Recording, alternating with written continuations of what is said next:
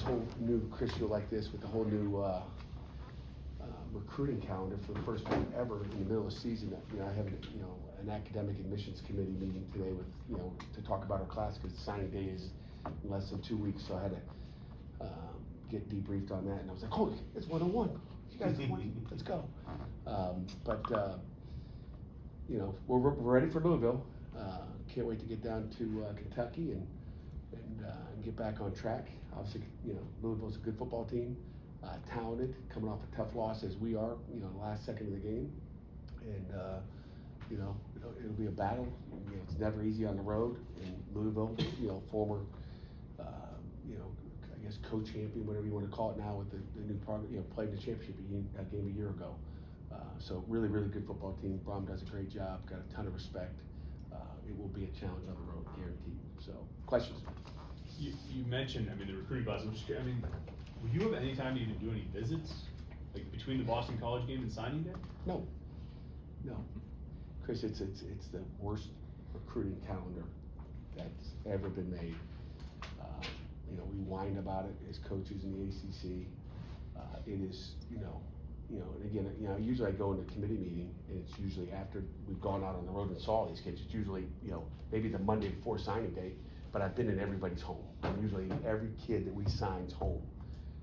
I will not have been in any of these kids' homes, so I have less information for them just about who these kids are, how they live, the support they have at home. You don't know. This is a decision, we made, I guess, we didn't, the ACC didn't. We had our position that we wanted to, but the whole reason to move this whole thing up was to get it ahead of, the portal opening up, because the portal is so important. And the NCAA wanted to make sure that people sign high school kids and didn't drop kids. Last year there was a few programs that dropped 5 or 6 or 7 kids that thought they were signing and didn't. And to me, if people can't do their business the right way, then penalize them. It should hurt them in recruiting. It shouldn't be, let's move it up and mess up the whole recruiting process. So I think it's not done the right way. I'm hoping next year at least the signing date is moved up to the end of June, which is where it should be, and then give us an opportunity to go on the road and at least get in these homes. So do you feel like that's what this is? This is like a one step toward getting that summer? I think so, but that would make sense. If you look at the old recruiting days, you used to sign them in February, the first Wednesday in February, but you visited them all in January. So you signed them as soon as they got done. They get fresh, a fresh look at what you are. It's been in the last month that they visited. Maybe they visited a couple of them during the season, but now it's visit, and then 5 months later, let's sign them after never having contact with them again. Just doesn't make any sense. Signing day is Wednesday after your last game, right? Wednesday. Wednesday after December your 4th, last game. yes. And then when's portal open up? The 9th, I believe, that following Monday. Have parents and recruits offered any kind of feedback or concerns about hey, this is too truncated, this calendar doesn't work for us either?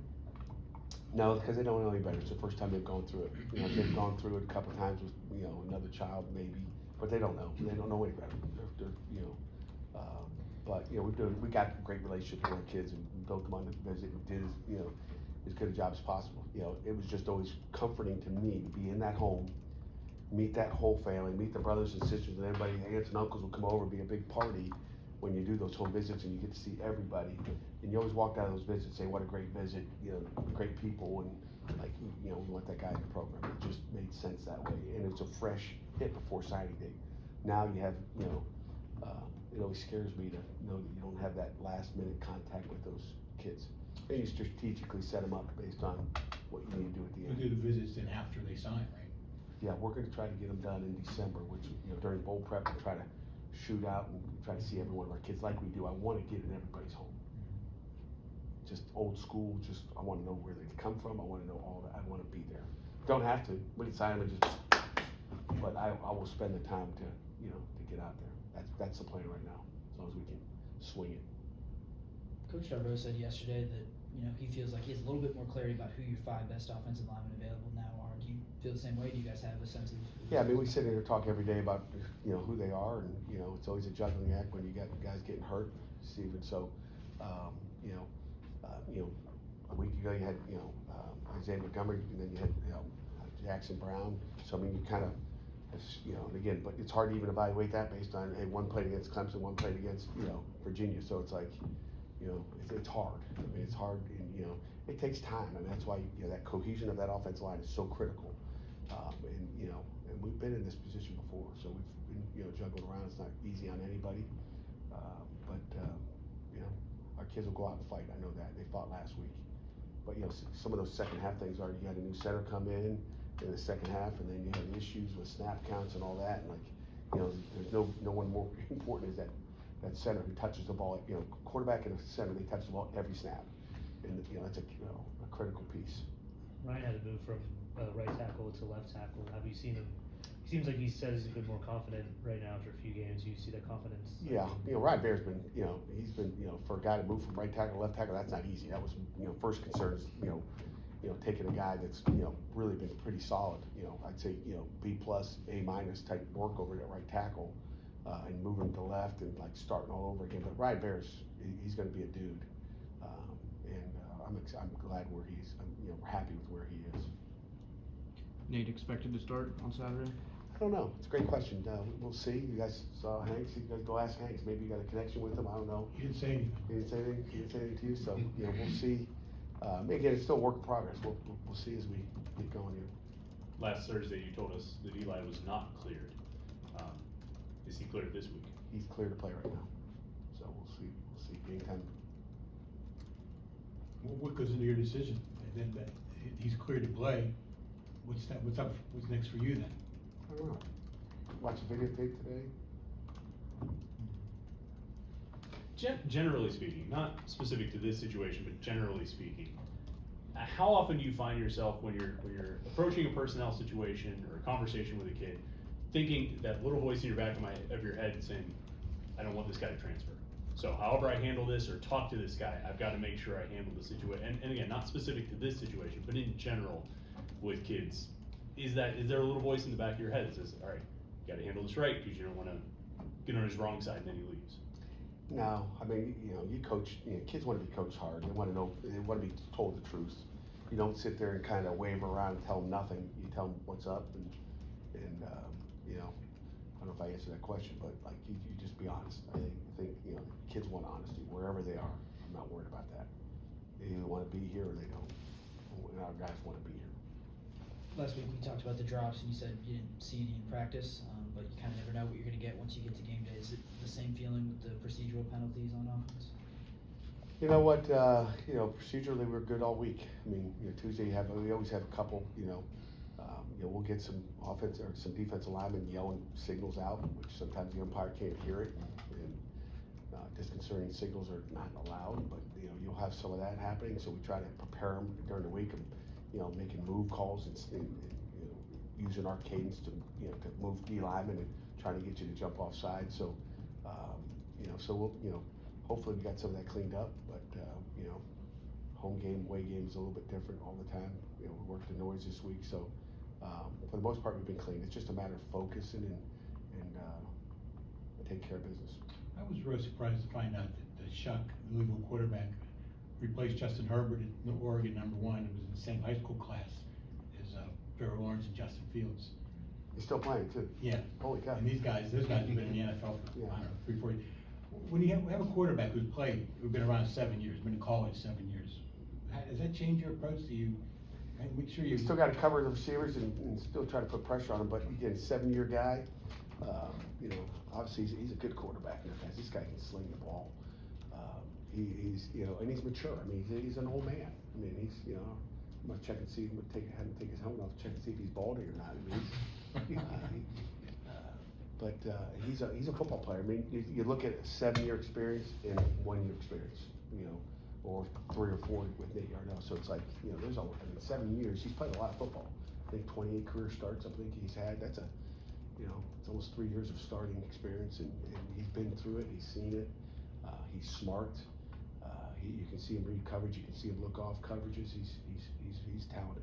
They say he's their best quarterback since Lamar Jackson. Is that what they said? Yeah. I read into that stuff, but yeah, I believe it. I mean, he doesn't run like Lamar, but he can probably throw better than Lamar. So, you know, if he could run like Lamar, he'd be a first rounder. be the first guy taken, cause he can sling it. Has Jake Overman maybe been more useful as a pass catcher than you expected when he was coming in? Not really, but Jake Overman's been impressive. I'm glad he's got another year. But I mean, he's first of all, he's a tremendous. I mean, just his family, him. He's like a first class. I love Jake Overman. He's done a nice job for us blocking and catching.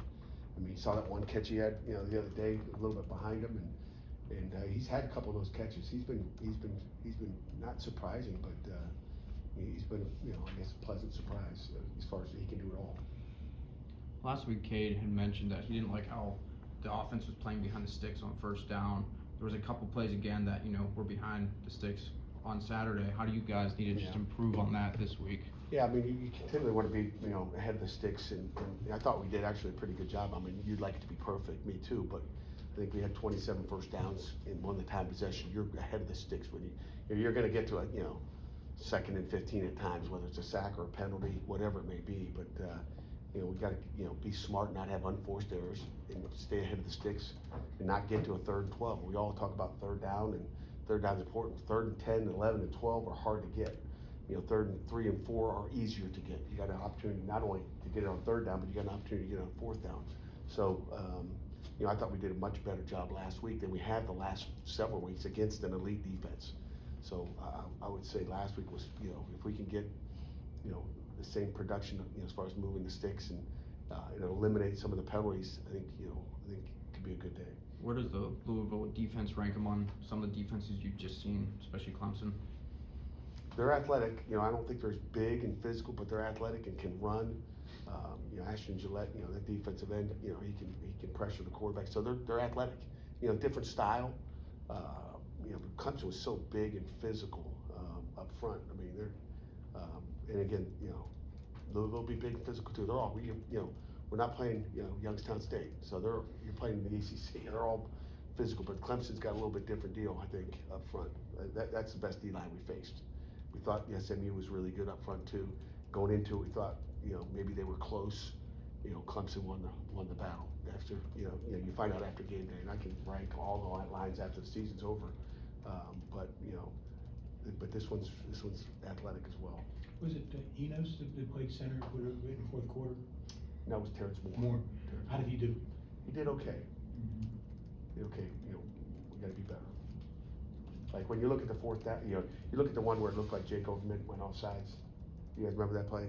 It looked like he was going sideways. But the ball was supposed to be snapped when Overman moved, and the cadence said to be snapped, but the ball didn't come. So just okay.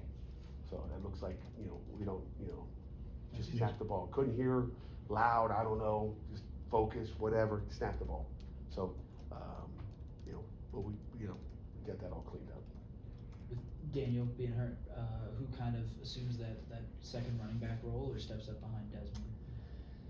A couple, obviously, you look at Derek Davis, Rodney Hammond could be available, watch out for that. And then, Joel's golf, he's had a great week again. We pulled him up off the rocks or the scout team here a couple weeks ago, and that guy's gonna be a talented football player. I hope he gets 5 to 10 snaps Saturday as well. But we'd like to get him going. He early in the season, he had a hand. You guys might have seen a little cast on there. He hurt his hand in camp, and it's healed obviously. And he's a talented, he's still a baby, and I don't expect him to be perfect either.